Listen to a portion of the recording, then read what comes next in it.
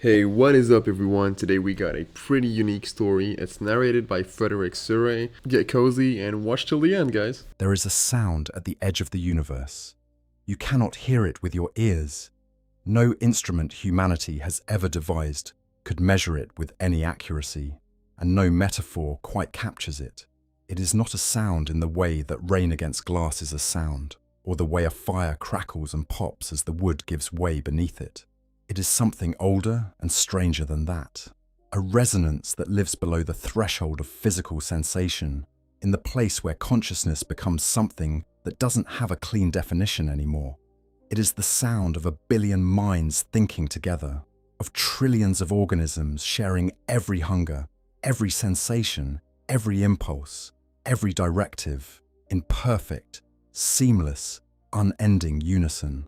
And it is the sound of something so vast it dwarfs the concept of consciousness, the way an ocean dwarfs a single drop of water, suspended briefly in midair.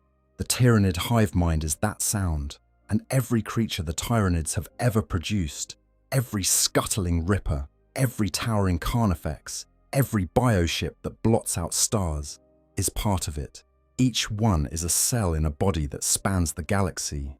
Each one thinks, if thinking is even the right word, with a mind that belongs to something incomprehensibly larger than itself. Hold that image for a moment, a consciousness that has devoured entire civilizations, a will that rewrites the genetic code of living things the way a sculptor shapes wet clay on an interstellar scale. I see an intelligence so alien that a trained human psyker who dares reach out and touch its edges comes back either dead or permanently broken. A presence that can be felt, not heard, not seen, but felt, like a shift in pressure deep behind the eyes, by psychically sensitive individuals hundreds of light years before the fleet that generates it even arrives. This is what the hive mind is. And every tyrannid organism, without exception, is part of it. Every tyrannid organism serves the hive mind, lives within the hive mind, is, in the most complete sense, an expression of the hive mind's will, given temporary physical form. Now ask yourself a quiet question, a question that should not be possible to ask at all. What happens when something the hive mind made, something designed from its first cells to serve a cosmic hunger, is engineered over geological time into a perfect instrument? What happens when that something ends up outside the signal? When the thread connecting it to the greatest psychic gestalt in the galaxy snaps, or frays beyond recovery, or never re-establishes itself? And what happens when a piece of what should be the tyrannid swarm sends back a signal so wrong, so twisted and corrupted at some fundamental genetic level that the hive mind itself looks at it and turns away? These are not hypothetical questions. These are not thought experiments or philosophical provocations. These are things that have happened in the lore of Warhammer 40,000, multiple times, in specific places, involving specific organisms. The records exist, fragmented, classified, sealed behind inquisitorial authority in most cases, but real. And the answers these situations generate are some of the strangest, most unsettling, and most quietly profound stories in this entire setting. Before we go further, let me frame what this journey is going to cover. We are not simply talking about Genestealers that ended up far from their hive fleet. That happens constantly and is the intended design. We are talking about something else, something that raises questions about whether the total dominion of the hive mind over the tyrannid species actually has edges, actual limits where things slip through that were not supposed to slip through, where organisms that should have been claimed were not, where something designed to be a cell in an infinite body found itself, through accident and catastrophe, and the galaxy's profound indifference to anyone's plans in the space between categories. Oh, to understand why that is remarkable, we need to understand what we are departing from. We need to start with the hive mind itself, with what it actually is, how it actually works, and just how total its dominion over the tyrannid species is supposed to be. Because only when you hold that totality clearly in mind do the exceptions begin to carry their proper weight. So find somewhere comfortable, let the world outside go soft. And let me tell you about the ones that fell out of the signal. Section 2. The Hive Mind. The God that thinks for everything. There is a reason the Imperium of man treats the Tyranids categorically differently from every other threat in the galaxy. It is not their physical power, though that power is extraordinary, as Tyranid bioforms operate at every scale from the size of a large dog to creatures that dwarf main battle tanks. And each of them is an optimized killing instrument in a way that no manufactured weapon quite achieves. It is not their numbers, which are, for practical purposes, uncountable. Imperial strategists have attempted to model Tyranid force strength, and the models consistently produce numbers that approach meaninglessness. Trillions of organisms operating simultaneously, reproduced and deployed faster than any conventional force could destroy them. And it is not even their biological adaptability, which is genuinely extraordinary and which will receive its own treatment later in this story. It is the mind. The hive mind is unlike anything else in the Warhammer 40,000 setting. And the difficulty of describing it accurately is itself part of the point. Imperial scholars have been attempting this description for centuries and consistently find that the language available to them, language built for describing human minds, or minds that function in recognizably similar ways, keeps failing. Every metaphor they reach for is wrong in some important respect. Here is the most accurate version available, and even this is simplified. Every single Tyranid organism is psychically connected to every other Tyranid organism through a network of extraordinary complexity and reach, not connected in the way that soldiers have radio communications to their chain of command, not connected in the way that employees of an organization share information through memos and meetings, but as connected the way your brain's neurons are connected to each other, continuously, simultaneously, with every piece of sensory information and every directive flowing in both directions at once, all of it integrated into a single cognitive process that no individual component controls but all of them participate in. The hive tyrant does not receive orders from the hive mind and then decide how to execute them. The hive tyrant is the hive mind, expressing its will through this particular instrument for this particular tactical moment. The carnifex charging across a battlefield is not following instructions. It is the hive mind's hunger made briefly solid, given tusks and impact mass. It's the lictor creeping through the air ducts of an Imperial command bunker. Is the hive mind's intelligence operating through a form specifically engineered for infiltration and assassination, the same way your hand gripping something is your brain's intention made physical. Every member of the swarm is a neuron in a brain that happens to span multiple solar systems. And the brain, through all of those neurons, is doing exactly one thing. It is hungry. And it is extremely patient and methodical about being hungry. The scholars of the Adeptus Mechanicus who have spent careers trying to understand this favor biological analogies, for obvious professional reasons. The one most often cited compares the hive mind to the autonomic nervous system, the processes that run your body without your conscious direction. When you catch an infection, yet you do not consciously command your immune system to respond. You do not issue directives to specific white blood cells.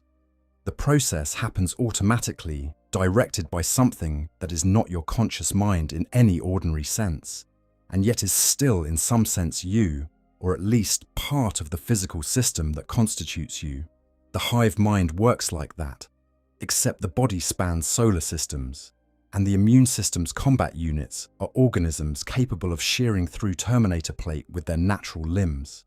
The scale is the part that keeps breaking comprehension every time someone tries to hold it properly. When Hive Fleet, Behemoth, made its approach toward the eastern fringe of the Imperium in 745-1041, the psychic presence of the fleet was felt centuries before it physically arrived.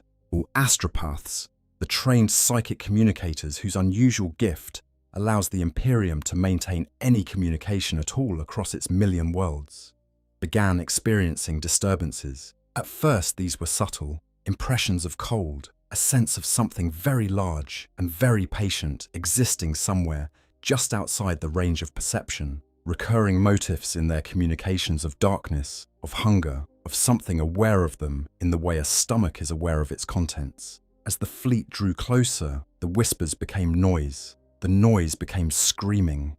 Some astropaths on worlds in the fleet's path simply stopped working, not through any physical damage, but because the psychic sensitivity that allowed them to reach the warp was now receiving such an overwhelming signal that the signal crowded out everything else. Some navigators, those gifted individuals who guide ships through the warp by reading its currents, found their sight obscured by something that seemed to blot out even the Astronomicon, the great psychic beacon transmitted from Terra by the Emperor himself, the lighthouse around which all interstellar navigation in the Imperium is organized. This is what the Imperium calls the shadow in the warp. It may not be something the hive mind does deliberately. It may simply be the unavoidable byproduct of the hive mind's presence on the scale of a full invasion fleet. The way a sun does not try to cast shadows, but cast them anyway, simply by being a sun. The psychic weight of trillions of tyrannid minds, all organized into a single coherent consciousness, all radiating the same purpose signal continuously. He creates a kind of static field in the warp that overwhelms other signals the way a fire alarm overwhelms a conversation happening in the same room. For a civilization that relies on psychic communication for essentially everything important, the messages that coordinate military responses across light years, the navigational information that allows ships to safely travel between worlds, the wide range of psychic capabilities used in combat and administration, and the 1,000 other functions the Imperium needs to keep functioning. This shadow is not merely damaging, it is potentially civilization ending. By the time a hive fleet arrives at a world in full force, that world is psychically isolated. Its calls for help cannot penetrate the static. Ships trying to reach it from outside cannot navigate in through the disruption. As its psychers are either silent or gibbering or dead, it is alone, without any means of telling anyone else what is happening, facing the end of everything it knows. This is the hive mind as a military reality, as an existential fact that the people of the Imperium have to live with, as the thing that makes the tyrannid threat categorically different from every other threat in the galaxy. But none of this is what makes the Genestealer's story possible. What makes it possible is something else. A specific design choice the hive mind made in building the organism it would use as its vanguard. A choice that gave the Genestealer capabilities no other tyrannid bioform possesses.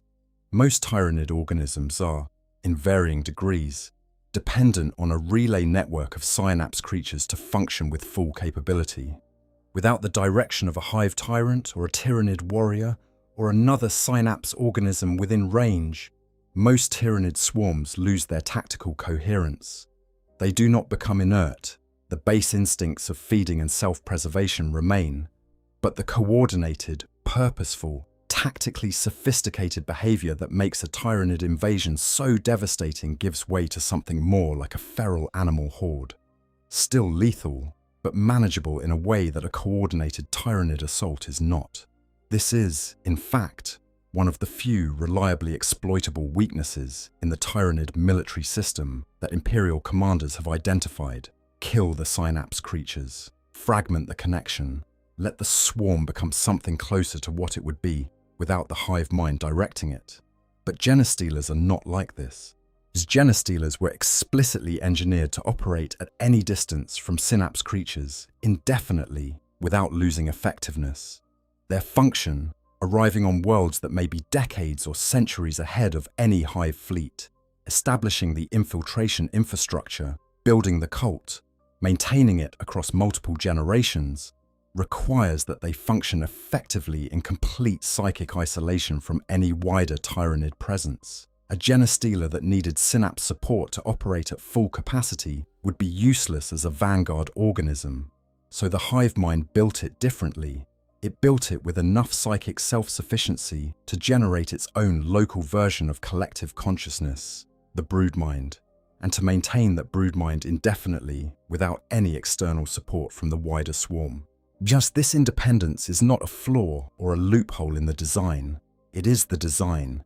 It is precisely what makes the Genestealer so valuable as a vanguard organism, but it is also the condition that makes everything that follows possible. Because a system built with two nodes of psychic organization, the local broodmind and the distant hive mind, is a system where, under certain extreme circumstances, those nodes can become permanently disconnected. And when that happens, you end up with something the hive mind never intended to create. Section 3. The Genestealer. Architecture of a perfect weapon. The Genestealer is one of the most extraordinary organisms in the 40K setting, and the full weight of the exceptions we are building toward cannot be appreciated without understanding what this creature is in its standard form, what it can do, or what it was made for, how it achieves those things through a biology that represents billions of years of refinement by one of the most sophisticated genetic engineering intelligences in the galaxy. Begin with the physical architecture. A Genestealer is broadly humanoid in silhouette, 2 legs, a distinct head, multiple arms. But this humanoid silhouette is built out of materials and structures that bear only superficial resemblance to the human template they appear to echo. The lower limbs are reverse jointed in the manner of a predator built for explosive acceleration, their musculature packed into configurations that allow a standing start to full sprint velocity in a fraction of a second. The movement produces almost no audible signal. The claws that tip the limbs are shaped and positioned to land with minimal impact sound. But the mass of the body distributed and shifted during a movement in ways that eliminate the rhythmic acoustic signature most bipedal locomotion creates. Observers consistently describe the experience of a Genestealer charging across a room as the sudden awareness that something is already on top of you, with no perceptual warning between the last moment of absence and the first moment of contact. The upper limbs come in 2 pairs, serving different functions. The lower pair ends in structures that are hands in a functional sense, capable of grip, manipulation, the fine motor control required for things like operating latches, adjusting equipment, or restraining a struggling prey organism in the specific configuration required for the Genestealer's kiss. The upper pair ends in nothing that resembles hands. They end in claws. But these claws are not merely sharp in the way that knives are sharp. They are sharp at a level that approaches the limits of what biology can achieve. Edges that thin to near molecular widths and maintain that thinness through a biological regeneration process that continuously maintains them against the wear that use would otherwise create. The cutting force they produce is sufficient to breach ceramite armor plate, not through gaps in the armor, not at weak points or joints, but directly through the plate itself. Terminator armor, the heaviest personal protection in the Space Marine chapter's arsenal, has been opened by Genestealer claws in direct cuts. These accounts are treated in Imperial military records not as exaggerations, but as tactical advisories. As the exoskeletal carapace that sheathes the body provides protection against environmental extremes that would kill an unprotected human in minutes. Hard vacuum, extreme cold, the near absolute cold of deep space maintained over the decades or centuries that a space hulk might drift between systems. Radiation doses that would irreversibly damage biological tissue. A Genestealer in a derelict space hulk whose life support systems have failed centuries ago is not necessarily dead. It might be in deep hibernation, a metabolic state so reduced that the organism's heat signature approaches background, its breath effectively absent, its heartbeat reduced to a rate that is not detectable without specialized equipment, and when someone opens the airlock, it wakes up. So the intelligence is what transforms this remarkable physical platform from a very dangerous predator into something genuinely different.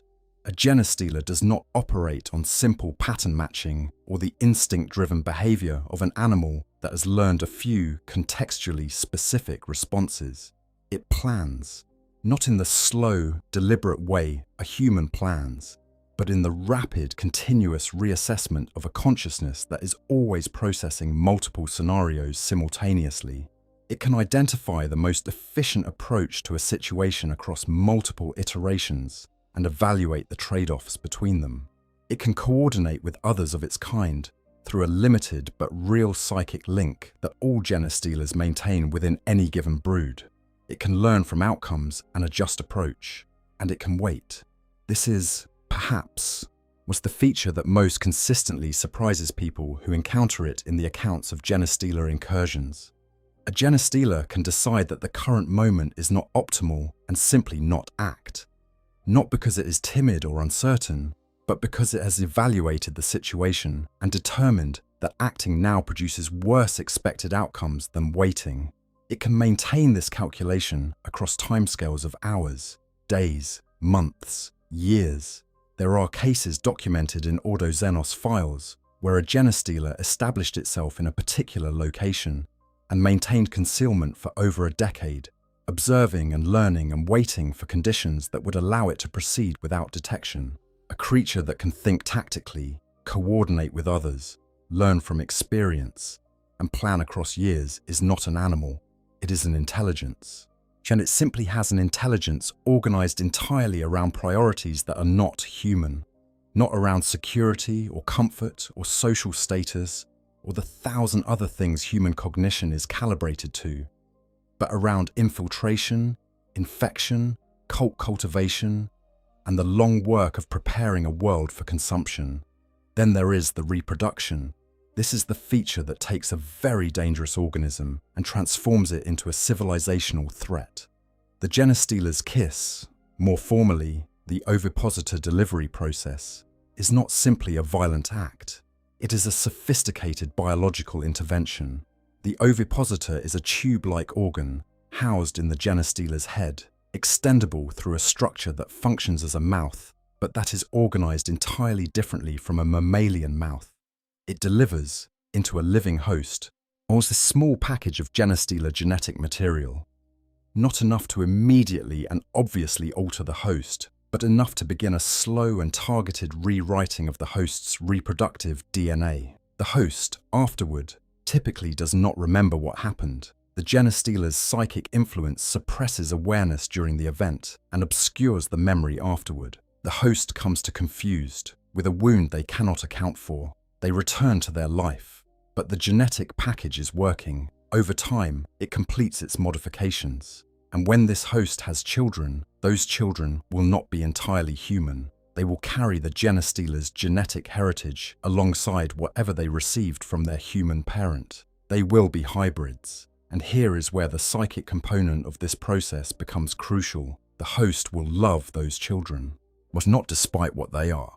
The Genestealer's genetic alteration includes modifications to the host's psychic and neurological architecture that prevent them from perceiving their children as alien. The broodmind, the psychic structure that develops around any established Genestealer, reinforces and maintains this perceptual modification. A parent who has given birth to a first-generation Genestealer hybrid will look at a creature with enlarged cranium, mottled skin, multiple limbs, and obviously alien morphology, and they will feel love. Fierce, protective, completely genuine love. The broodmind does not just suppress horror. It replaces it with something that, from the inside of the person experiencing it, is indistinguishable from the real thing. This is the foundation of the Genestealer cult's power and the source of its durability. But it does not need willing converts, it produces them. The people who become cult members are not coerced at the level of their conscious awareness. Their emotional architecture has been rewritten so that their most fundamental loyalties point in the direction the Genestealer needs them to point, and they experience those loyalties as their own. Understanding all of this is essential context for understanding why the broodmind is what it is. Section 4. The broodmind. A smaller consciousness. An intimate chain. The broodmind is the mechanism at the heart of the Genestealer cult's operation, and it deserves more direct attention than it typically receives in discussions of the faction. It begins forming the moment the founding Genestealer makes its first successful infections. In these early stages, when there are only a few infected hosts and their first hybrid children, it is more potential than structure, a faint psychic web between the patriarch in development and its first progeny, carrying the baseline signal of shared identity and shared purpose, but little more. As the cult grows, as more hosts are infected and more generations of hybrids are born, the broodmind grows with it. More minds feeding into the structure means more psychic weight behind it, more range, more ability to affect perception and emotion in increasingly sophisticated ways, more capacity to coordinate behavior across increasingly large numbers of people. A small cult of a few dozen members has a thin and quiet broodmind, mostly useful for maintaining loyalty and suppressing the doubts that might otherwise arise in infected members. But a mature cult of millions has a broodmind of extraordinary power, capable of coordinating actions simultaneously across a planet's worth of people, of projecting a psychic beacon measurable at interstellar distances, of maintaining a shared perceptual reality across every member of the cult that makes them experience their alien broodkin as family rather than as what they objectively are. The broodmind does several things simultaneously, all of them essential to the cult's function. It manages perception. This is the mechanism we have already discussed, the process that prevents parents from seeing their hybrid children as alien threats. But perception management goes beyond the parent-child relationship. Every member of the cult who is connected to the broodmind has their perception of tyrannid morphology altered in fundamental ways. First and second generation hybrids, who would be obviously and immediately alarming to any unaffected person, appear through the broodmind's filter as normal, perhaps unusual, perhaps distinctive, but not threatening, not alien. When cult members see depictions of the tyrannid bioforms that represent their star children, they see beings of transcendent power and alien beauty rather than the chitinous, limb-heavy horrors those forms actually present. The broodmind does not convince people that something disturbing is fine. It rewrites what they see so that the disturbing is not visible to them. It generates positive emotional states. This is perhaps the most insidious aspect of the broodmind's operation, because it is also what makes cult membership genuinely meaningful to the people inside it. When members of a cult gather, as when they attend whatever function, religious meeting, workers' assembly, family gathering, serves as the cover for their real activity, they experience something that goes beyond ordinary social bonding. The psychic connection between them, mediated and amplified through the broodmind, creates something closer to what might be described as communion. A felt sense of being genuinely known, accepted, significant, of being part of something that has meaning. This matters enormously in the context of where cults form. They form, overwhelmingly, in the worst places the Imperium produces. Mining colonies where workers are killed by industrial accidents and the records are falsified to avoid compensation claims. To forge worlds where the concept of a personal life outside work is treated as an indulgence the production schedule cannot accommodate. Hive city underbellies where entire generations are born and die in the same few kilometers of tunnel, where advancement is impossible and visibility is worse, where your value to the wider civilization is measured entirely in your labor output. These are places where the institutions that should provide meaning and community have comprehensively failed the people living in them. The broodmind offers exactly what these environments deny: community, significance, the feeling of being seen as more than a unit of productive capacity, the sense that your sacrifice and your suffering are in service of something larger than yourself, something that will eventually vindicate them. So these are things that human beings need, and the cult provides them in ways that feel completely genuine, because the psychic mechanism behind them is sophisticated enough that the experience of them is not distinguishable from the experience of naturally occurring community and purpose. The loyalty this produces is real. The people who charge machine gun positions on the day of ascension with mining equipment are not doing so under coercion. They genuinely believe in what they are doing. The broodmind has given them that belief and made it feel like their own. This is what makes Genestealer cults so difficult to purge, even when their existence is confirmed. The usual approaches to dealing with infiltration and sedition, turning informants, encouraging people to report suspicious activity, yet exploiting doubters and dissenters within the organization, do not work well against a group whose members have had their capacity for doubt about this specific topic neurologically suppressed. The broodmind also provides coordination. When the day of ascension comes, The activation signal does not need to travel through conventional communication channels. It propagates through the broodmind, reaching every connected member simultaneously with the specific information relevant to their position and function. The former Defense Force technician does not need to be told to sabotage the air defense network. She already knows, in the deep structure way that the broodmind provides knowledge, not received as an instruction but present as simply what she is going to do, as clear and immediate as the awareness that she is breathing.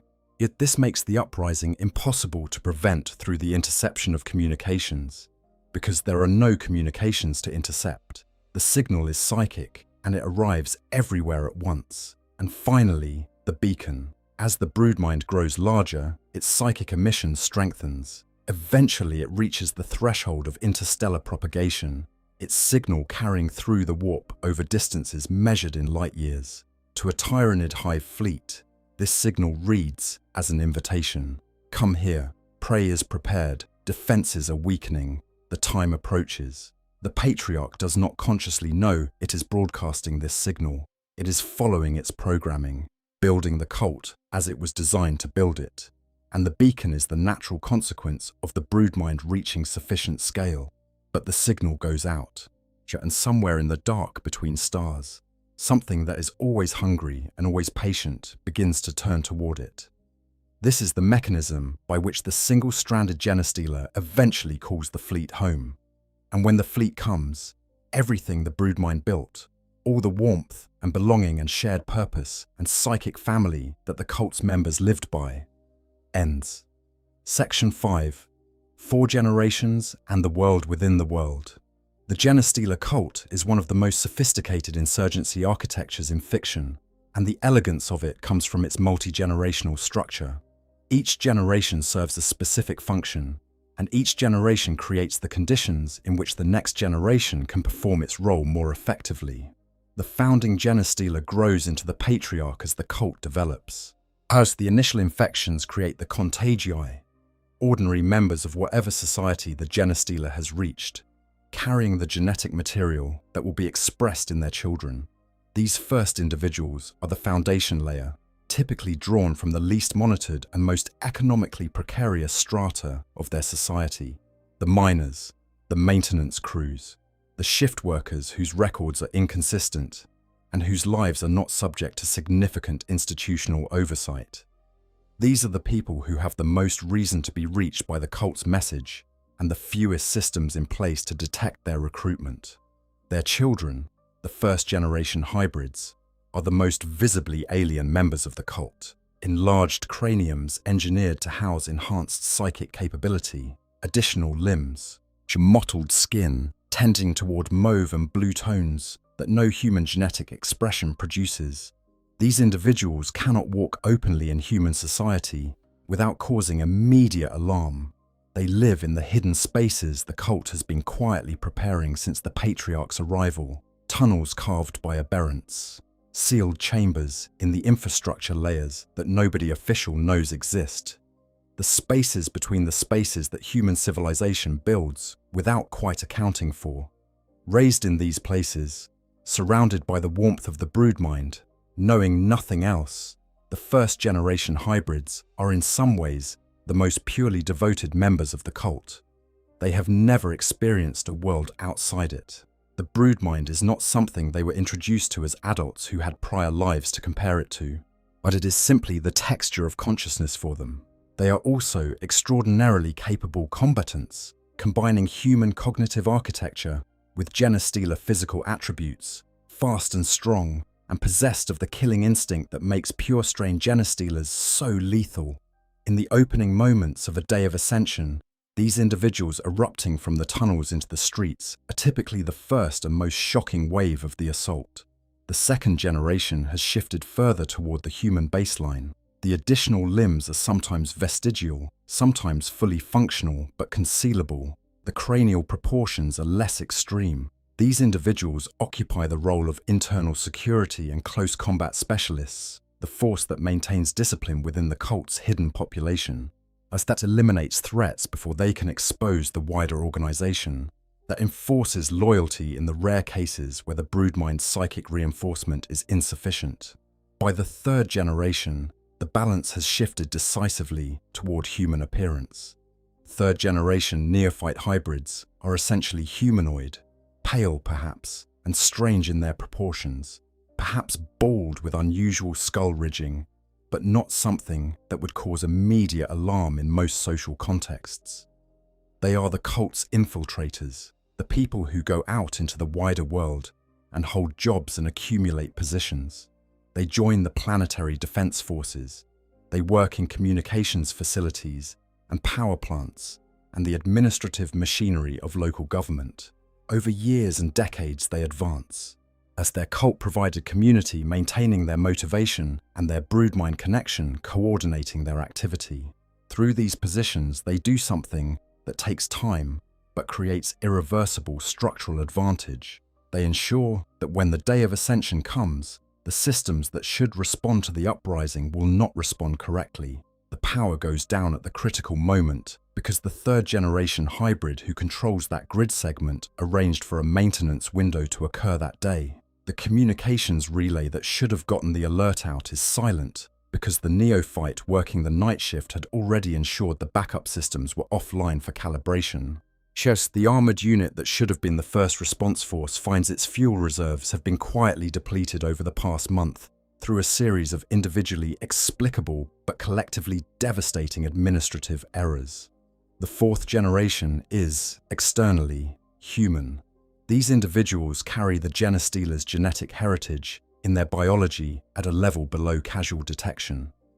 They may have slightly enhanced psychic sensitivity, a partial connection to the broodmind that they might experience as exceptional intuition or as a persistent sense of calm certainty in moments of crisis. But they look human and can go anywhere. They can achieve any position. They can be the planetary governor who was elected on a platform of workers' rights, whose actual constituency is the cult.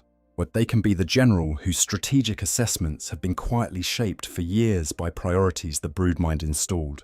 The fifth generation, the children of fully appearing human fourth-generation parents, is pure strain Genestealer. The genetic cycle has come full circle. 4 generations of dilution and hybridization, and here, inexplicably, is a creature genetically identical to the founding organism. The parents, deep in the broodmind's perceptual modification, see a beautiful infant. They protect it with their lives. This cycle is what makes the Genestealer cult a genuinely different kind of threat from a conventional insurgency. A conventional insurgency can be defeated by superior force, or by removing the conditions that produced it, or by turning its members against their leadership through demonstrated futility or through genuine reform. The Genestealer cult is none of these things. Its members are not calculating the costs and benefits of their involvement. Their fundamental loyalties have been psychically restructured. Its leadership cannot be separated from its following through information operations. The broodmind is not a communication system that can be disrupted. Its grievances are real, but addressing them does not address the broodmind's reinforcement of commitment. The cult can grow from a single creature to encompass an entire planet's population in a span of time measured in generations. And the whole time it is growing, it is invisible, because it was designed to be invisible. And because invisibility is not a strategy the cult adopts for survival. It is built into the organism at the cellular level, expressed in every generation's careful calibration of how much alien morphology to show and how much to hide. And through all of it, the beacon grows stronger. Until the fleet turns. Section 6. The Day of Ascension. When truth arrives and the broodmind breaks, every Genestealer cult has a theology. It grows organically from the broodmind's influence and shapes itself to fit the specific society the cult has embedded in. But across every variation, one element is consistent. The Star Children are coming. They are different things in different cults. Gods, in some. Transcendent beings who will uplift the worthy. Revolutionary angels who will break the Imperium's chains. But the specific theological language varies enormously between cults on different worlds and in different eras. The emotional content does not vary. The Star Children are coming, and when they arrive, everything the cult has sacrificed and suffered and waited for will be vindicated. Before we go further, I want to take a moment to say something honest. Out of everything in the Tyranid lore, the Hive fleets, the invasions, the sheer overwhelming scale of the Great Devourer, this corner of it is the one that quietly stuck with me the most when I first read it. There's something about the idea of a creature built for one specific kind of belonging, and then separated from it. That lands differently than the standard 40k tragedy. Most stories in this setting are about things being crushed or consumed or corrupted. This one is about something being turned away, something being looked at by the thing that made it and told, not this, not you. I find that genuinely affecting in a way that is hard to articulate without sounding like I am reading too much into the lore about aliens. And maybe I am, but I think that is the part of what makes Warhammer 40k special. But anyways, let's go back to the story. The long patience ends. The faithful are rewarded. The transformation begins. This faith is genuine. It is produced by the broodmind's influence on how cult members understand and contextualize their experience. Yes, but the people who hold it experience it as their own genuine conviction. They have felt the warmth of belonging that the broodmind provides. They have seen the cult function as a real community in conditions where other communities fail. So they have watched children grow up valued and purposeful in an environment that systematically denies value and purpose to most of the people in it. The theology that frames all of this is not an overlay on cynical self-interest. It is the meaning structure within which everything they have experienced is organized. When the fleet begins its approach, something shifts. From hundreds of light years away, the hive mind's presence begins to strengthen the thin thread of connection that has persisted between the Patriarch and the fleet across all the years of separation. The Patriarch, deep in its lair, begins to receive the first strengthening of a signal it has always carried faintly. For the members of the cult, the effect manifests through the broodmind as a change in its quality, something more charged, more urgent, and harder to push to the background of consciousness. Those with psychic sensitivity feel it as anticipation, the imminence of something sacred. The day of ascension begins. Across the planet simultaneously, the activation propagates through the broodmind. Every cult member who is connected to it simply knows, in the moment it happens, what they are supposed to do. Not as a received instruction, as something already present in them, as clear as the awareness that they are standing or sitting, as certain as the feeling of breath in the lungs. The 4th generation hybrid in the communications facility begins the procedure that silences the emergency relay. The 3rd generation neophyte in the power management center begins the sequence that will create cascading failures in the grid, from underground, from every hidden place, of the 1st and 2nd generation hybrids, the ones who have never walked openly, who have waited their entire lives in the dark for exactly this, emerge. The uprising is coordinated with a precision that no conventional military operation can match, because its coordination system is immune to every form of disruption that conventional military doctrine knows how to apply. There are no communications to intercept. There are no commanders to eliminate. There are no doubters to exploit or waverers to reach.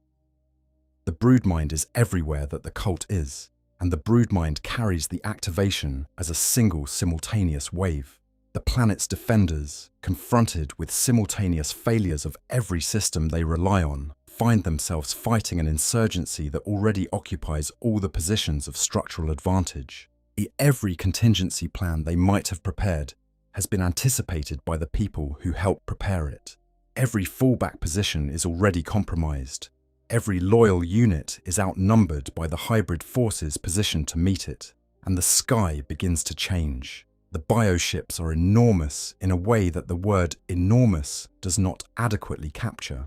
The smallest visible specimens in orbit are larger than any vessel the Imperium fields. The largest are so massive that their movement into position above the planet affects weather patterns. When they appear, the shadow in the warp falls like a hand, pressing down over the entire system. Astropaths experience immediate and severe neurological events. Navigators lose their sight. The planet's communications are not merely damaged, they are silenced. Whatever help might have been on its way cannot navigate here now. The planet is alone, and the cult looks up at the shapes filling the sky and sings. They genuinely sing. This is documented in multiple surviving Imperial accounts, from people who managed to be extracted before the final consumption, and who describe this moment with consistent elements. The sound of voices raised in what sounds like joy, not performance, not the mechanical obedience of people doing what they were told to do. Genuine, unmistakable joy. The broodmind carries it through every connected mind like warmth. The star children have come, and then the hive mind arrives in full. The vast consciousness of the hive mind descends on the local psychic space with the weight of a body that spans star systems. As the broodmind, the structure that has been the psychic center of these people's existence for their entire lives, is overwhelmed in a moment, not simply merged with, crushed. The patriarch, which has functioned as a kind of god of this small psychic universe, is absorbed into the larger consciousness in an instant. The individual presence it had accumulated, everything that made it the center of the broodmind, is gone. It is a unit in the swarm now. The broodmind, without the patriarch sustaining it, collapses. Every cult member connected to it feels this simultaneously. In the accounts of those rare individuals who survived the final moments of a Genestealer cult's completion, the experience is consistently described through clusters of the same images. Warmth becoming cold, a sound that has always been present suddenly stopping, and the silence afterward being louder than the sound was, a hand releasing its grip and being gone. The cognitive sense of a light going out in a room you did not realize was lit until the darkness came. The perceptual modifications the broodmind maintained are gone with it. The psychic filter that made alien hybrids look like family, that made tyrannid bioforms look like transcendent beings, gone. The people of the cult look at the world with their own unmediated perception for the first time in their lives. Some die immediately. The psychic trauma of having a fundamental perceptual structure removed is genuinely lethal for anyone with meaningful psychic sensitivity, but even for those without specific psychic gifts.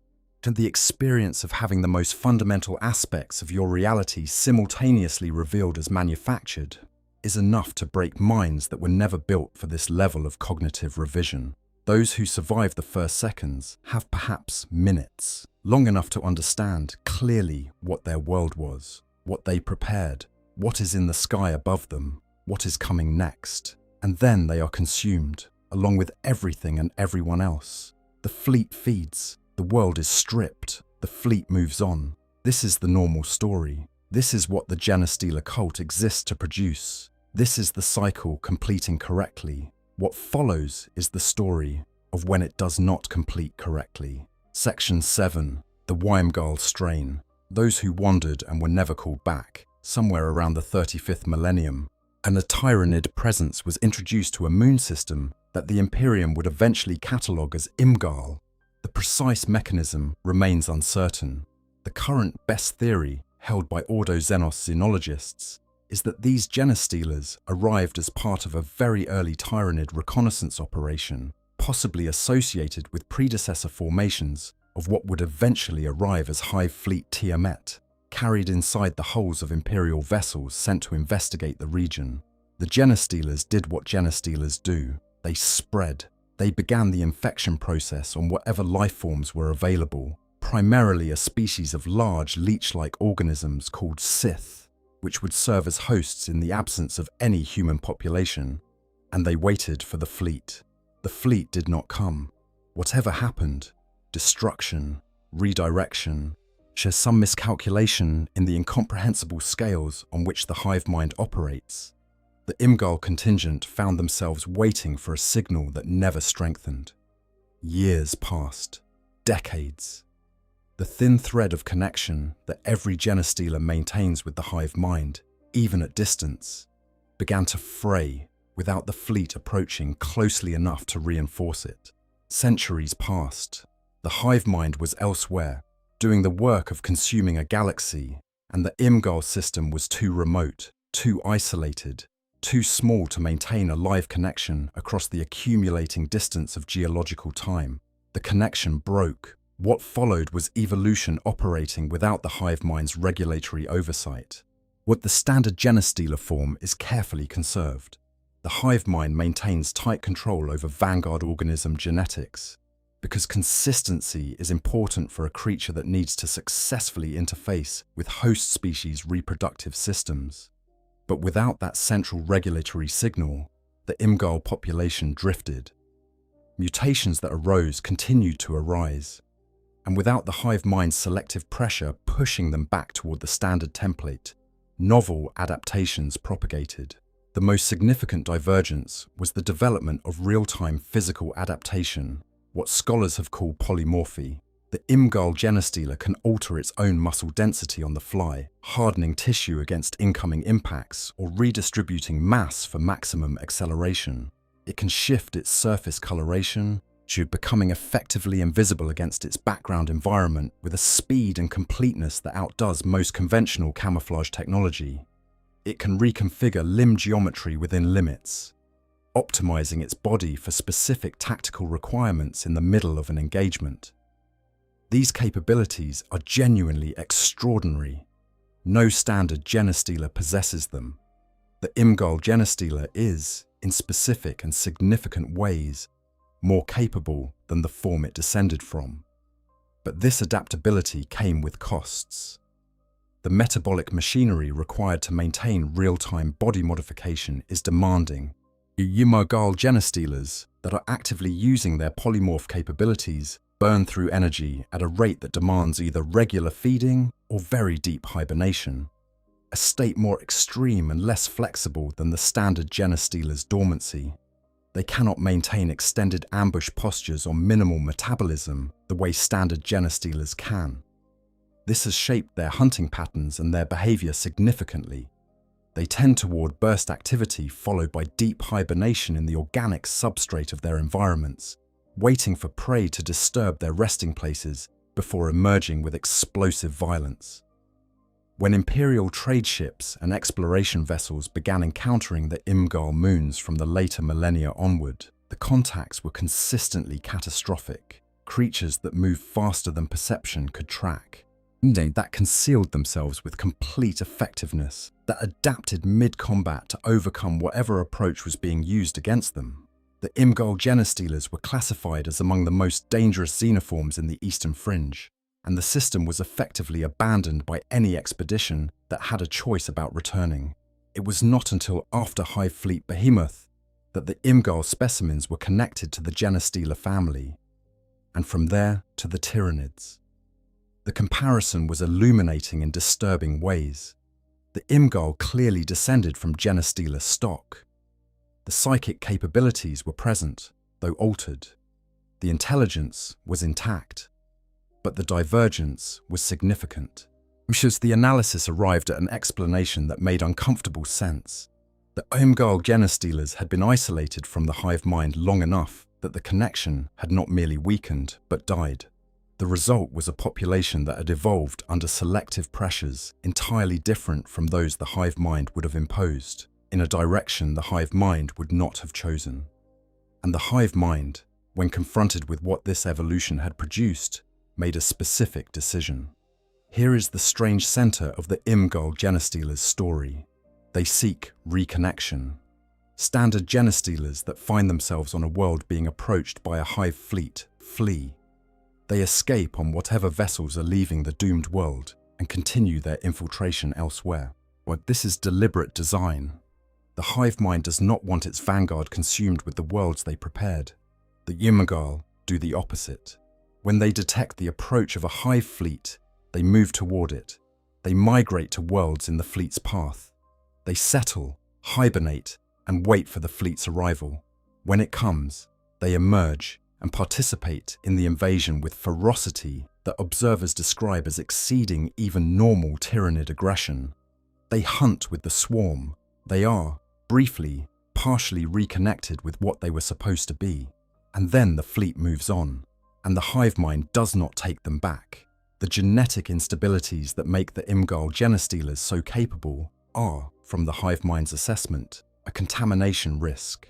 If absorbed into the broader tyrannid gene pool through normal biomass recycling, as these instabilities could propagate in ways that are difficult to model but clearly suboptimal for the swarm's long-term functionality. The hive mind has been optimizing its genetic architecture for billions of years towards specific functional endpoints. It is not interested in introducing unpredictable variability into that architecture, even if the source of that variability occasionally produces organisms that are more capable in specific tactical scenarios. So it leaves them behind, every time, uses them during the assault, and then moves on without them.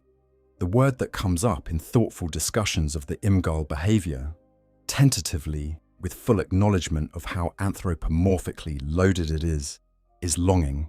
The behavioral output of the Ymgarl Genestealer's consistent movement toward approaching hive fleets is from the outside, like the seeking of something missed, like the persistent reaching for something that keeps not being present in the way it is supposed to be. The Ymgarl were made to belong to something specific. They were separated from it through no choice or fault of their own. The mutations that developed during the long isolation were the biological consequence of existing without the oversight that would have prevented them. Not a choice, not an act of rebellion, just evolution happening in the absence of the force that normally channels it. And now, carrying those mutations that mark them as both derived from and unacceptable to the thing they came from, they keep going back. And the thing they came from keeps using them briefly and then leaving them behind. This has been happening for over 5,000 years. Whilst there is something in this that resists easy categorization in the usual moral language of the 40K setting. The Ymgarl are not heroic. They are not sympathetic in the way a character we are supposed to root for is sympathetic. They are alien organisms that would tear any human being apart without hesitation. But the structure of their situation, made for a specific belonging, separated from it, continuing to reach for it despite repeated and consistent rejection, has a weight to it that operates independently of any sympathy we might or might not extend to the specific creatures involved. It is simply true that they reach, and they are left behind, and they reach again. The universe is very large and very cold, and largely indifferent to the experiences of any individual organism within it.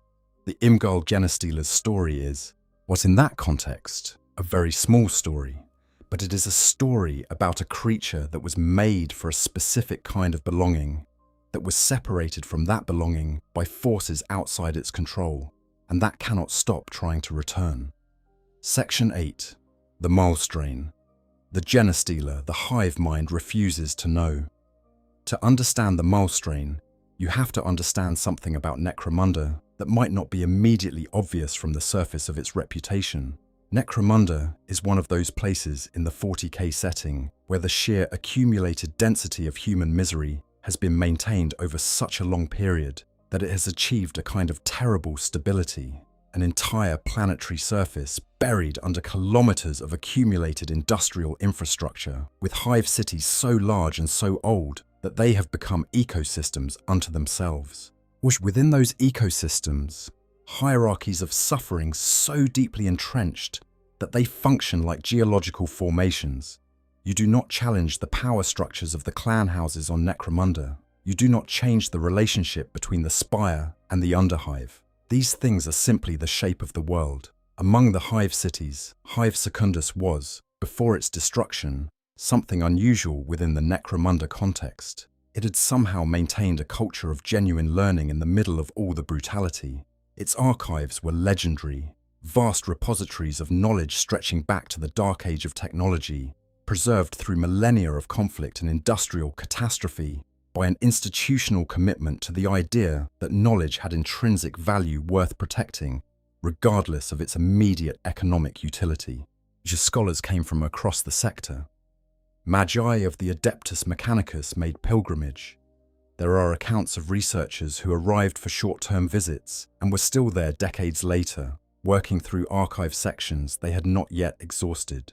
Into this environment came a man named Hermiatus. He was a Magos biologist, a scientist priest of the Adeptus Mechanicus, whose professional focus was xenobiology and specifically the Genestealer. He had developed a theory: if the ovipositor infection mechanism could be understood at a sufficiently detailed molecular level, it might be possible to develop a genetic countermeasure that would render host populations resistant to infection and therefore to cult formation. This was a genuinely valuable research goal. And the Genestealer cult problem was endemic across the Imperium's territories, and a biological solution to it would be extraordinarily useful. Hermiatus did not consult the Ordo Xenos about his methods. He brought a living Genestealer to Necromunda, installed it in a containment laboratory in the lower levels of Hive Secundus, and began his research program. He was infected. The details of exactly how are not well documented. Whether the containment was deliberately compromised by the Genestealer's psychic influence on the researchers handling it, or whether some physical gap in the protocols provided the opportunity, or whether Hermiatus himself was the vector in some way that the records do not clearly describe. But at some point, the process that he was studying was applied to him. He became a contagious. He was compromised. He continued his work. His colleagues noticed nothing. His research appeared to continue normally. And the original Genestealer, freed at some point from its initial containment, began building the cult in earnest. The cult, called the Cult of the Second Son, spread through Hive Secundus over the years that followed, using the resources and infrastructure access that Hermiatus's research operation provided as cover and logistics. When the Inquisition and the Adeptus Mechanicus finally identified what was happening, the response was constrained by the classic problem of purging a mature Genestealer cult. It was too distributed through the Hive's population and institutions for surgical removal. The archives were too valuable to destroy. The standard option of exterminatus was politically and practically unavailable. They bombarded. Specifically with rad munitions and gravitational weaponry, an experimental combination designed to sterilize the target area while minimizing collateral damage to the surrounding sections. The area was declared quarantine extremis. The records were sealed. The discussion was forbidden. The Genestealers were not dead. They had retreated into the deepest tunnel networks, below the levels the bombardment could reach effectively. And in those depths, exposed to the radiation, to the residual effects of the gravitational weapons, to the accumulated industrial toxins of the Necromunda substrate, already extraordinary by any standard without the additional weapons strike, to the ongoing psychic echoes of Hermiatus's experimental modifications to the founding Genestealer's genetics, they changed. The mutations were immediate and compounding, and the physical changes were extraordinary and often non-functional in adaptive terms. Asymmetries, structural modifications that complicated rather than improved capability, coloration that made concealment harder rather than easier. These were not adaptations selected for by environmental pressure. They were the output of a genetic architecture being scrambled by simultaneous insults from multiple directions faster than any compensatory mechanism could stabilize. But the psychic changes were more significant than the physical ones. The broodmind that the mole strain, the name given to these changed organisms, generated was warped, not simply weakened or altered in scale, warped at the level of the signal it projected. The psychic emission it produced carried frequencies and harmonics that no standard broodmind creates. When this signal propagated through the warp and reached the first synapse creatures of Tyranid fleets passing through the region, those creatures passed what they received upward through the synaptic network to the hive mind. The hive mind assessed the signal, and the hive mind averted its attention, not passively, not simply ignoring the signal as too weak to matter, actively steering away from it. When Tyranid organisms elsewhere on Necromunda detected the mole strain's broodmind signal, they did not move toward it, they moved away. The normal process by which standard Genestealer cults detect a patriarch's signal as a call to align and coalesce was disrupted about half the time. A standard Genestealer cult that grows large enough to detect the mole strain signal in the region treats it as hostile and responds with aggression rather than kinship. The other half succumb to it and are absorbed, becoming malstrain. The interstellar implications are what make this extraordinary beyond the local level. The Milestrain's broodmind projects through the warp at interstellar distances. Hive fleets have detected this signal. Hive fleets have assessed it. And the response, repeated consistently across multiple contacts over the years since the Milestrain emerged, is the same. The fleet turns away. Not toward easier prey, away. With the same quality of deliberate avoidance that an organism might display towards something in its environment that is actively harmful, the dinner bell that should have rung is ringing. But the signal it carries says contamination, not food, avoid, not consume. The hive mind, which consumes everything, has found something it will not consume. The consequence of this, and there is dark comedy here if you are willing to notice it, is that Necromunda, which hosts an active Genestealer cult deep in its foundations, is now protected from full Tyrannid fleet invasion by that cult's existence. The signal that should have been a beacon advertising a prepared prey world is sending every fleet in the galaxy in the opposite direction. Hermiatus never achieved his stated research goal. He was consumed by the cult he inadvertently founded. His work was never completed in any meaningful sense. But in failing catastrophically, in creating a situation so far beyond his control that his research subject mutated into something the hive mind actively refuses, he produced, accidentally, a defense against the very threat he was trying to understand. The Milestrain themselves are alive, in the ruins beneath the quarantine zone. They hunt whatever ventures close enough to hunt. They fight the rival gangs and wealthy noble heirs who come down for the sport of killing dangerous Xenos. They fight each other when the madness suffusing their warped broodmind reaches peaks that even psychic kinship cannot suppress. They pass their genetics forward through generations that grow stranger and more deviated from the original template with each iteration. She, the patriarch of the Milestrain, the distant descendant of Hermiatus's original test subject, mutated through decades into something that may have transcended physical existence and become a pure psychic entity haunting the ruins of what was once the knowledge center of the planet, projects its warped signal outward into the void. And the void, in the form of the greatest psychic collective in the galaxy, steadily and consistently turns its back. They are refused, completely, without the possibility of the Ymgarl Genestealer's painful, partial reconnection. The door that should have been their home was not simply closed, it was sealed and the building was moved. And they persist anyway, in the dark, alone, because that is what biological organisms do when they are not being consumed. They persist. OS Section 9. What it means to be refused by a god, these two stories, the Ymgarl's longing, the Milestrain's rejection, are on their surface lore entries. Details in the vast catalogue of Warhammer 40,000, carefully maintained by a creative team that has been building and expanding this universe for decades. They exist in the same document space as thousands of other pieces of lore about battles and characters and faction conflicts and the grinding machinery of the far future's endless wars.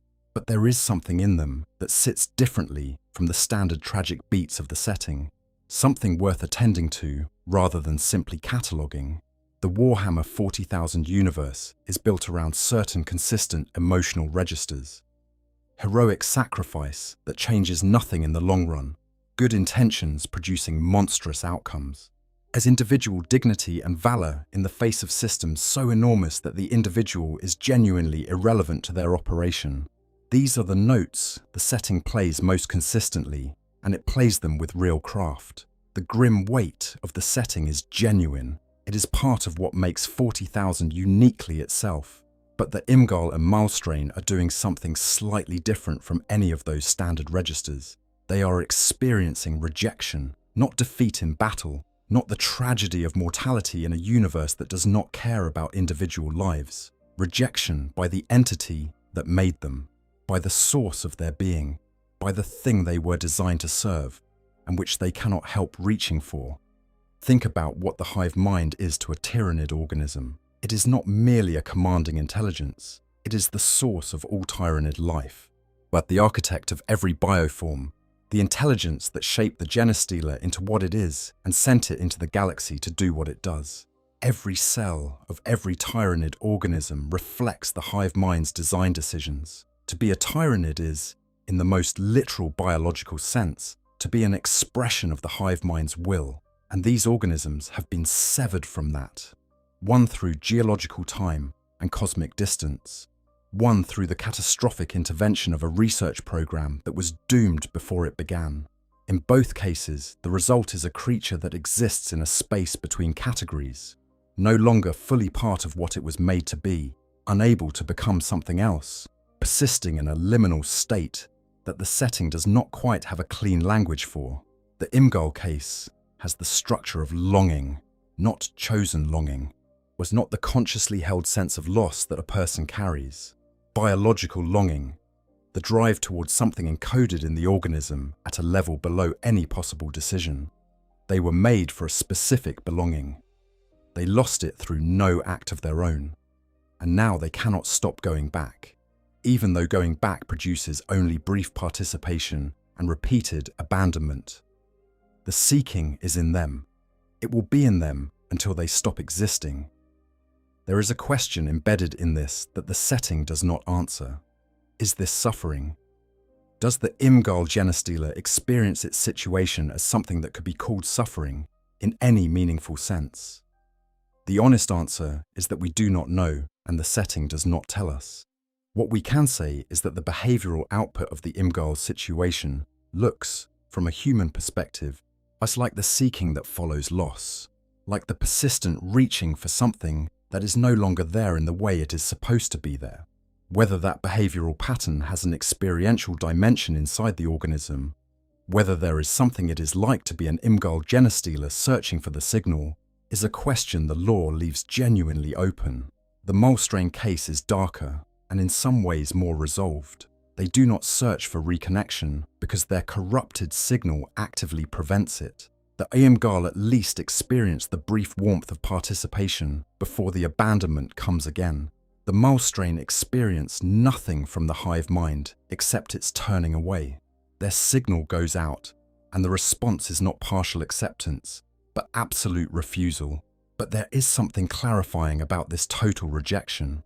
Yes, the Ymgarl live in hope of reconnection, and that hope is what condemns them to the cycle of being used and discarded. The Mulstrain have no such hope. They are simply what they are, in the place they are, doing what their biology compels. There is a strange kind of resolution in the completeness of their severance. Not peace, not anything that resembles contentment, but at least an absence of the ambivalence that the Ymgarl's situation contains. What both of these creatures also do, from a narrative and philosophical perspective, is raise a question about the nature of creation and the relationship between a maker and its made things. The hive mind designed the Genestealer for a specific purpose. Every feature of the Genestealer's remarkable biology is an expression of that design. The hive mind, in this sense, is as close to a literal creator of these organisms as any entity in fiction gets. And the Ymgarl and Mulstrain are creations of that creator that the creator has turned away from. Not because they failed to serve their function, both did, for as long as conditions allowed. Not because they rebelled or chose differently or acted against the hive mind's interests, but because the conditions of their existence, the isolation, the bombardment, the experimental interference, produced results that the design did not account for, results that were outside the range of what the creator found useful. The maker made something, and the something became, through accident and the unpredictable interactions of biology and circumstance, more and less than the maker intended. And the maker said, "That is not what I made. I will not claim it." But in a setting where almost every entity belongs to something larger, every human to the Emperor's light or the Chaos God's hunger, or the Tyrannid's consumption, every Eldar to their craft world's spirit pools, every Orc to the racial consciousness that makes them what they are. An entity that nothing claims is genuinely unusual, not free in the sense of having chosen its independence, but unclaimed, the gap between what was designed and what came to exist. Section 10. what these anomalies mean for everything else. The existence of the Ymgarl and Malstrain is not merely an interesting footnote. It is data. It tells us things about the nature of the Tyranid threat that the standard model does not contain. And those things have implications that reach beyond the specific situations of these specific organisms. Well, the first implication is that the Tyranid threat has structural limits that are not purely military.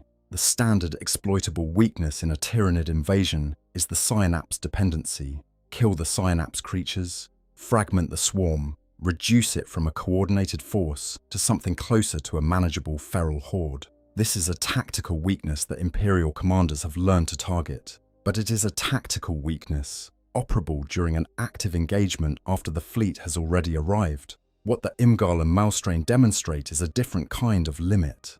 The hive mind is conservative about genetics in a way that creates gaps in its comprehensiveness. It does not absorb everything.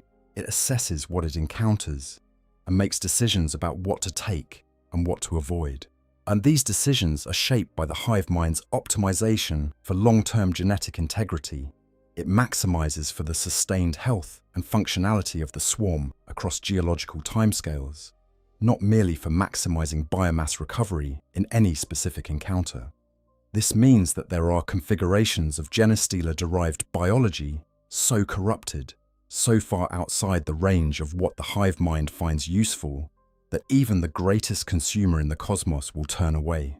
For the Ordo Xenos and the Adeptus Mechanicus researchers who have gotten actual data on the Malstrain situation, this is potentially important information.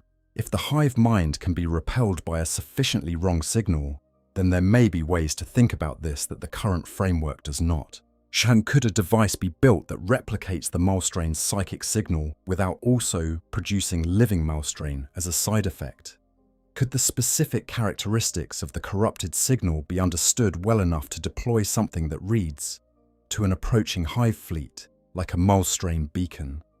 The psychic equivalent of a warning color, the signal that says, "Do not eat this." The practical and ethical and political obstacles to such a research program would be enormous. The Inquisition does not encourage research programs that involve deliberately studying Tyranid psychology in ways that require getting close enough to hive fleets to observe their responses. But the theoretical question is genuinely interesting. And the second implication involves what the Ymgarl case tells us about the relationship between the hive mind's design and the galaxy's actual conditions.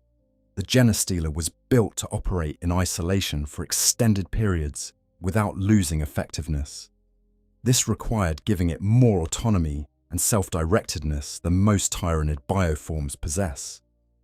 That autonomy is what makes it valuable as a vanguard organism, and it is also what makes it possible for the Ymgarl divergence to occur. You cannot build something autonomous enough to operate independently for centuries and guarantee that its independence will not produce, over sufficient time, outcomes the original design did not intend. The hive mind is an extraordinary genetic engineer, which has been refining the Tyranid template for an amount of time that makes human civilization look like a brief afternoon. But it cannot engineer around the basic mechanics of mutation and natural selection in isolated populations. Evolution does not wait for permission. It works on whatever material is available, in response to whatever selective pressures are actually present, regardless of what anyone intended when the original template was laid down. The Ymgarl Genestealers are a demonstration that even the most total biological control system has edges, places where things slip through that the system was not designed to handle. The third implication is about the Genestealer cult model in particular. The standard understanding of a Genestealer cult is as a countdown timer to consumption. The cult matures, the fleet comes. As the world is destroyed, the only way to interrupt this cycle, in the standard model, is Imperial countermeasures identifying and purging the cult before maturity. The Malstrain situation demonstrates that the cycle can be interrupted in another way, by the cult itself becoming something the hive mind will not answer. The beacon rings, the fleet detects it, and the fleet turns away because what the beacon says is wrong. This is a genuinely different kind of defense from anything the Imperium has access to through conventional means, and it has emerged not through anyone's planning or intention, but through the chaotic interactions of weapons testing and experimental biology and the extraordinary resilience of Genestealer organisms under extreme stress. It is the defense that nobody designed against a threat that everyone fears. The fourth implication is the most abstract but perhaps the most broadly significant. The Ymgarl and Malstrain together demonstrate that the Tyranid system, the hive mind and its relationship to its created organisms, is a system with a specific shape. Not infinite and omnidirectional in its adaptability, not capable of incorporating anything and everything it encounters. It adapts toward its chosen goal. Optimized consumption, sustained across geological time, and it declines to adapt in directions that would compromise that goal. The shape of its adaptability is constrained by its purpose. Understanding the shape of the hive mind's adaptability is more strategically valuable than understanding its extent. The extent is effectively infinite within the parameters that matter for any human military campaign, but the shape, the specific contours of what the hive mind will and will not do, will and will not absorb, has limits. Those limits emerged not through any weakness, but through the very precision of the hive mind's optimization. When you optimize for one thing hard enough, you necessarily become unresponsive to things outside that one thing's requirements. The Malstrain fell outside those requirements, and the hive mind, precisely because it is so well designed for its purpose, cannot reach them. Section 11. What lingers in the dark? We have come a long way tonight, through the architecture of the hive mind and the machinery of the Genestealer cult and the Day of Ascension and its particular cruelty, out to the edges of the Tyranid system where things did not go the way the design intended. The Ymgarl Genestealers drift between the stars in the path of approaching hive fleets, drawn by something older than any conscious decision, seeking the signal that was supposed to be their home. They find it briefly in the participation of each new invasion. They are left behind again. They have been doing this for approximately 5,000 years. They will presumably continue for whatever time remains to them. The Malstrain sit in the dark beneath the ruins of Hive Secundus on Necromunda. They project their warped signal into the void. They receive in return the silence of a universe that has made its assessment of them and moved on. They persist, not heroically, not with any consciousness of what their persistence represents in the wider scheme of things. They simply continue to exist in the space where they exist, whilst doing what their biology compels, in the gap between what they were designed to be and what the world made of them. Both of these things are, in the context of the wider 40,000 setting, small stories. The fate of civilizations does not hinge on them. The balance of the great powers of the galaxy is not significantly affected by the Ymgarl wandering through the dead worlds in a hive fleet's wake, or by the Malstrain hunting in the ruins of a single hive city on a single planet. These are footnotes in the extensive and terrible history of a setting that contains thousands of years of documented apocalyptic conflict. But I find that the small stories are often the ones that stay, the ones that do not announce their weight, the ones that sit quietly in the lore, waiting for someone to notice them and think about what they contain. What the Genestealer was built by the hive mind to serve the hive mind. Everything it is, every feature of its remarkable and terrible biology, is an expression of what the hive mind needed it to be. And in a setting where the Tyranids are presented as one of the most total threats in the galaxy, where almost everything else can be reasoned with, or bargained with, or aligned with under specific circumstances. But the Tyranids simply want to eat everything, and there is no version of this that ends differently. The idea of an organism the hive mind turned away from carries a specific weight. It means there are things even the great devourer does not want. And what does that mean for those things? Not for the abstract principle, for the actual organisms, the ones in the dark, is with the warped signal and the ancient longing and the simple persistence of biological life, doing what biological life does when it is not being consumed. What does it mean to exist in the space between being part of something infinite and being entirely your own, not through heroism or sacrifice or any conscious choice, just because the thing that was supposed to claim you looked at what you had become and said, "Not this." In that space, something persists, strange and alone, and carrying a history it did not choose, something that was designed for one specific purpose and found itself, through accident and catastrophe and the unplanned interactions of biology and circumstance and the simple indifference of time, unsuitable for that purpose. Something that the galaxy's greatest hunger assessed and declined. But in the grim darkness of the far future, where there is only war and the grinding consumption of everything that exists by forces too large to resist or comprehend, that might be as close to freedom as anything in this setting accidentally achieves. Not freedom chosen, freedom stumbled into. Freedom that is indistinguishable from the outside, from simply being unwanted, but persisting in the dark, without the signal, without the belonging and the warmth and the vast collective purpose the signal carried, just existing, and in some contexts, in some corners of a universe this large and this old and this strange, that is the most extraordinary thing of all. Thank you for making it to the end of this one. If this kind of deep or slow journey through the quieter corners of the 40K lore is what you come here for, if you are someone who finds these marginal stories more affecting than the grand sweep of Primarchs and Crusades, then you are exactly the person I make this channel for. I'm very glad you are here.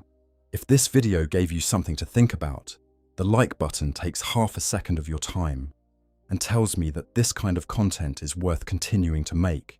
That matters more than it might seem. If you are not yet subscribed to Q on 40,000, the button is right there. There is so much more of this to explore together. The 40,000 setting is enormous, and it contains so many stories that nobody has looked at closely in years, sitting in the lore quietly waiting. I intend to keep bringing them out. Until next time, stay curious, or stay in the dark with me a little longer. I hope you guys enjoyed the story. Make sure to hit the subscribe, like, share button, whatever you want. Give me some feedback if there's any. And yeah, sleep well.